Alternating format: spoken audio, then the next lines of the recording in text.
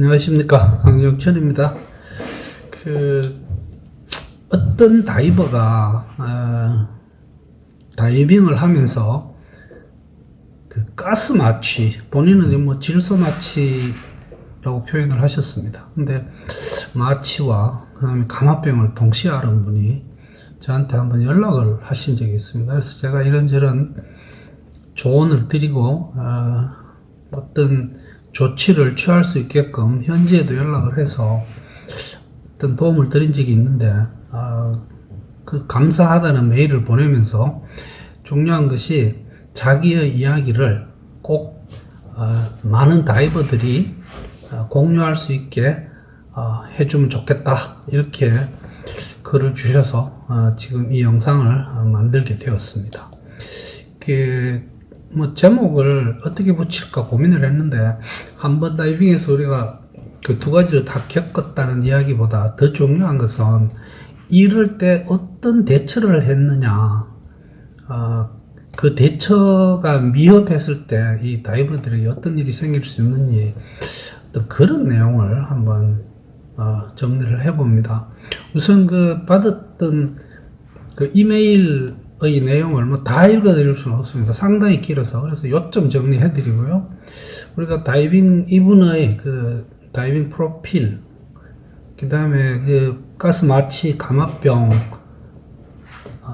그 다음에 이 감압병에 대해서 다이버나 혹은 그 다이버를 가이드하는 다이브 마스터 혹은 교육하는 강사분이 어떤 인지를 하고 있어야 되느냐, 그 다음에 어떤 이런 문제가 생겼을 때 대처하는 방법, 그리고 이분이 보내주신 이 이메일 안에는 본인이 수중에서 아주 힘든 어떤 그런 과정을 거치고 심지어는 이제 물 밖으로 나와서 고통을 받고 있는데, 글쎄요, 그 강사분은 수중에서 그렇고 밖에 나와서도 그렇고 자꾸 어떤 성추행, 뭐 성희롱 뭐 이런 거를 했다고까지 적어 주셨는데, 읽으면서 이게 이럴 수 있는가 싶었습니다. 그래서 나름 제가 결론까지를 한번 내려 보겠습니다.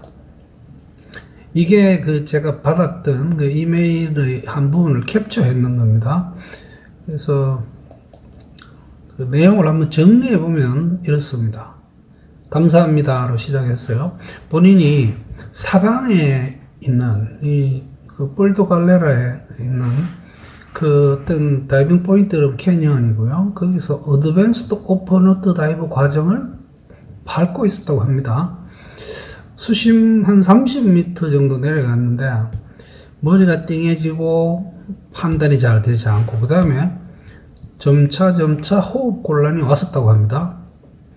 그래서 글 내용을 보면 본인보다 더 아래쪽으로 계속 내려가는 강사에게 도움을 받기 위해서 스스로 이렇게 내려가서 그 강사분에게 어떤 신호를 하고 급상승을 이제 했는데 한 10m까지 올라왔나 봅니다. 거기서 잠시 어떤 바위 같은 거를 붙잡고 좀 호흡을 가다듬고, 그 다음에 수면 상승하고 보트 위에 올라왔는데 엄청 심한 현기증을 느꼈다, 이렇게 적어놨습니다.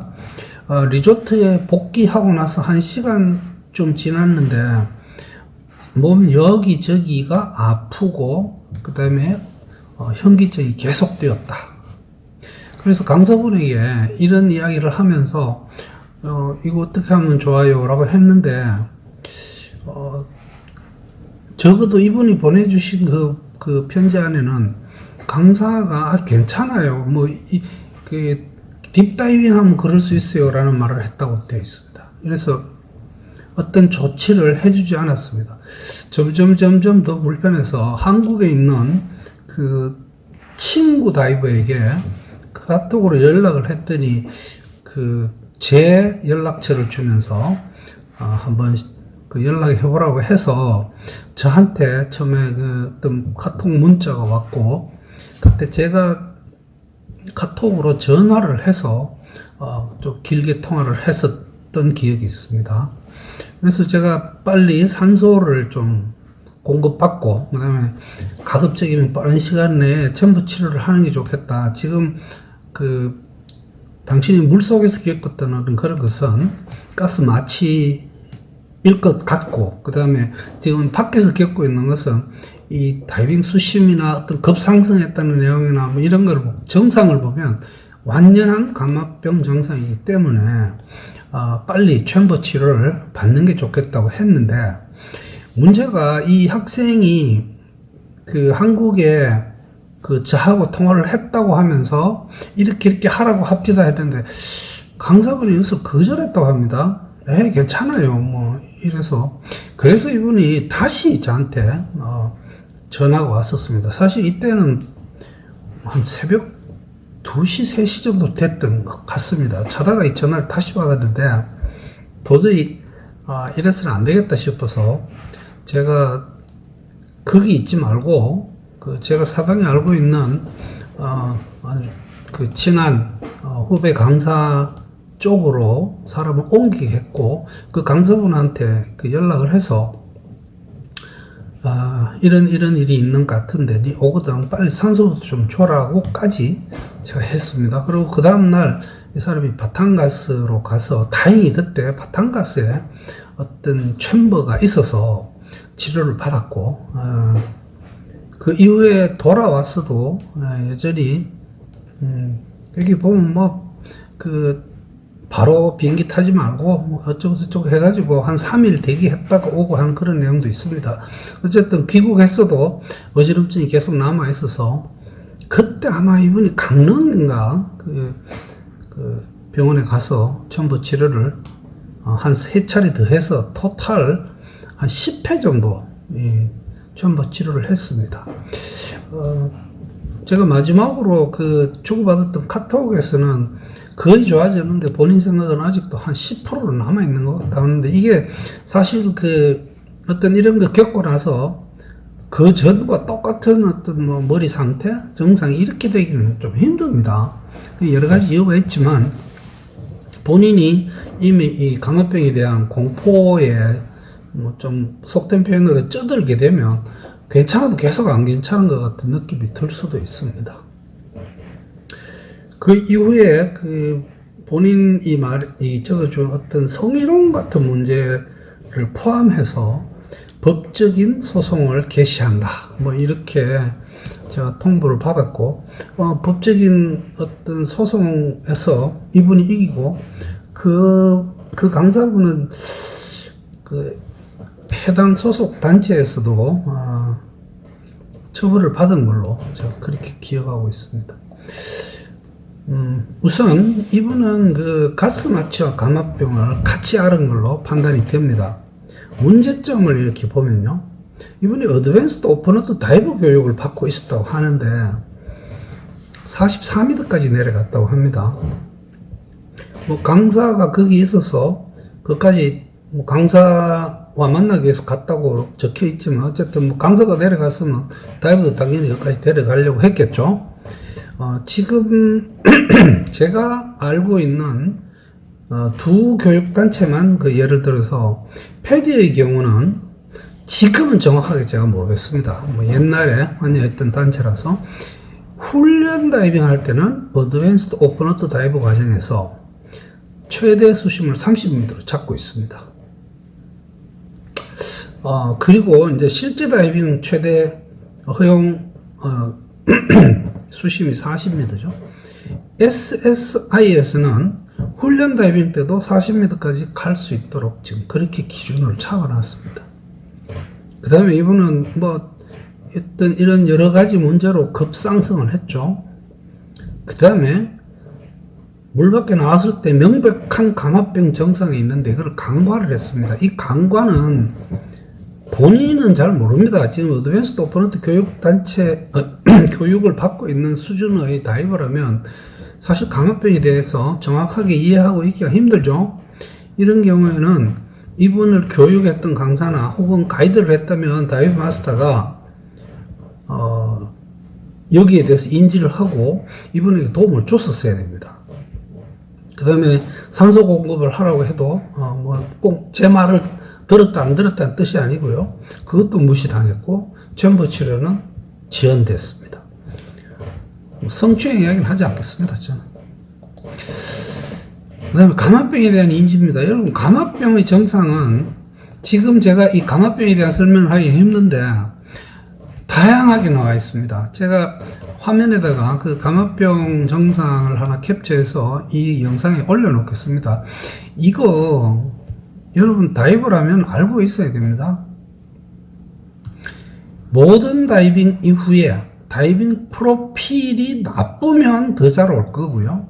안 나빠도 무감 환경을 잘 지키고 상승 속도를 잘 지키고 안전정지까지를 완벽하게 해도 올 수 있는 것이 감압병입니다.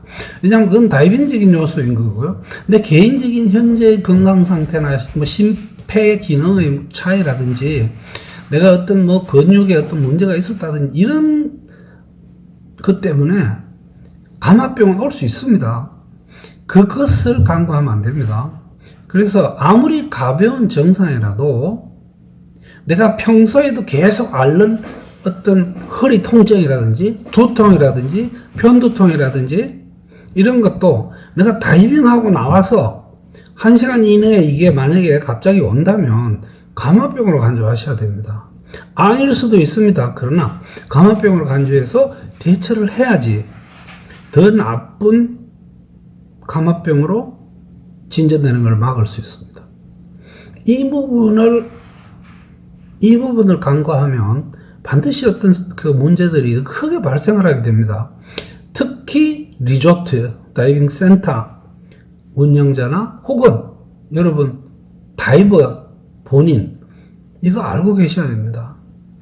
만약에 이것을 간과해 가지고 특히 리조트에서 에이 뭐 감압병 아니야 이렇게 그냥 무시하고 지나갔다가 이 사람이 감압병으로 치료를 받고 뭐 이렇게 하면 법적인 문제가 생길 수 있습니다. 왜 다이브 센터에서 무시했느냐 생길 수 있습니다. 이거 실제로 생겼고요. 그래서 이런 문제, 그 다음에 산소 공급 처치의 중요성을 알고 있어야 됩니다. 아무리 강조해도 산소 공급 처치의 중요성은 지나칠 수가 없습니다.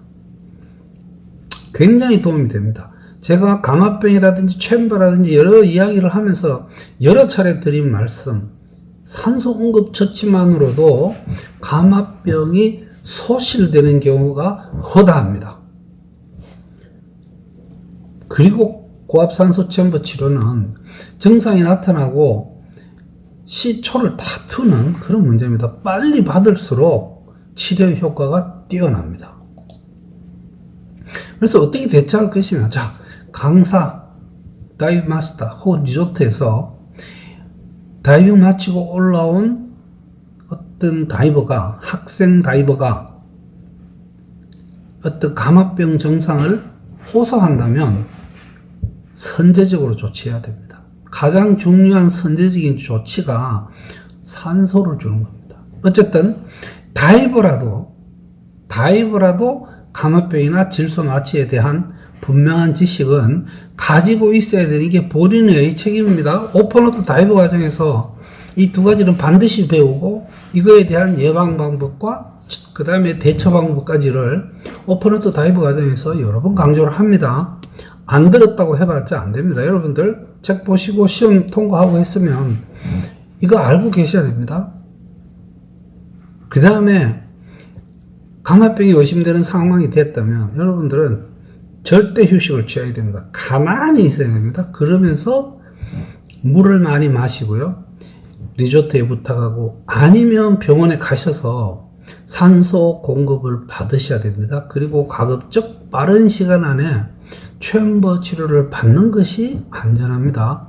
말씀드린 것처럼 산소 공급만으로도 감압병이 거의 치유되는 그런 경우도 적지 않습니다. 그래서 절대로 산소 공급을 아끼지도 마시고 지연시키지도 마십시오. 이런 경우를 겪었으면 여러분 그 다음날 다이빙하지 마십시오. 참 제가 이것을 준비하고 있는 오늘도 푸름이라고 하는 예쁜 이름을 가진 분께서 감화병 증상을 호소하면서 긴 카톡 문자를 보내셨습니다. 근데 지금 4일째인데 다음 주에 다시 다이빙 계획이 잡혀 있다고 합니다. 안 됩니다. 증상이 완전히 소실되고 첨부 치료를 받는다면 첨부 치료 이후에 다이빙 할 수 있는 시점에 대해서는 제가 유튜브에 첨부 치료 후 다이빙 재개라고 하는 제목으로 올려놓은 게 있습니다. 지키셔야 됩니다. 다이빙 컴퓨터를 에 나오는 다이빙 프로필도 여러분들이 잘 확보해 둘 필요가 있습니다. 이것은 다이빙 샵, 강사, 학생 다 마찬가지입니다. 만약 하나 이것이 어떤 법적으로 문제가 진전이 될 때라면 이게 필요합니다. 그리고 다이빙 상해보험에 가입을 해두는 것도 아주 좋은 대처 방법입니다. 국내에서는 실제 의료보험으로 이걸 치료하기 때문에 크게 돈 들지 않습니다. 그러나 해외 가면 특히 우리 근처에서 태국 같은 데는 첨부 치료비가 굉장히 비쌉니다.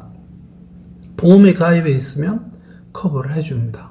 지금 댄 혹은 다이버 슈어 이런 곳에서 다이버가 다이빙 하러 여행 다니면서 다친 거, 감화병 걸린 거 다 커버를 해줍니다. 보험의 종류에 따라서는 내가 장비를 분실했을 때도 보존해주는 그런 보험도 있습니다.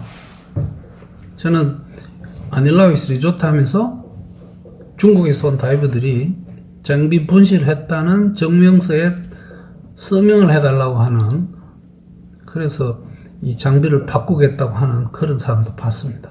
물론 저는 안 해줬습니다. 그래서 이제 한 번 더 정리를 하자면 그렇습니다. 여러분, 한 번 다이빙 하면서 이런 어떤 두 가지를 다 겪었습니다. 그러나 중요한 부분은 질소마취는 얕은 수심으로 올라오면 그 증상이 그대로 소실되고 특별한 후유증이 없습니다. 그러나 감화병은 그렇지 않습니다. 감화병은 자꾸 엉뚱한 곳으로 번져나갈 수가 있기 때문에 여러분들이 잘 인지를 하셔서 대처를 잘 해주셔야지 추후에 다른 큰 문제로 진전되는 것을 막을 수 있다. 이렇게 정리해 드리겠습니다. 여러분, 안전하게 다이빙 하십시오. 그리고 건강하게 생활하시다가 또 다음 다이빙 여행을 계획하실 수 있기를 기대를 합니다. 청취해 주셔서 대단히 감사합니다.